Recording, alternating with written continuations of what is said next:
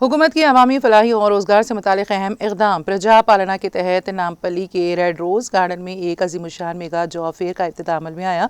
इस मौके पर मेरे हमरा वज़ीर मोहम्मद अज़हरुद्दीन, उनके हमरा मोहम्मद अज़हरुद्दीन भी मौजूद थे। ये रोज़गार मेला महकमा अक़लियती बहबूद और अक़लियती फ़ाइनेंस कॉरपोरेशन के ज़ेर एहतमाम मुनक़्क़द किया गया, जिसका मकसद नौजवानों को रोज़गार के बेहतर मौक़े फराहम करना और उन्हें मुख्तलिफ शोबों में मुलाज़मतों से जोड़ना है।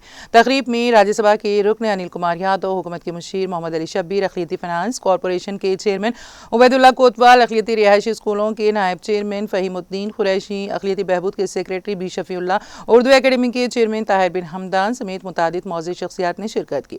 इस मौके पर मुक़र्रिरीन ने कहा है कि हुकूमत नौजवानों को रोज़गार के बेहतर मौक़े फराहम करने के लिए संजीदा इक़दाम कर रही है और ऐसे जॉब फेयर्स नौजवानों के रोशन मुस्तक़बिल की ज़मानत हैं।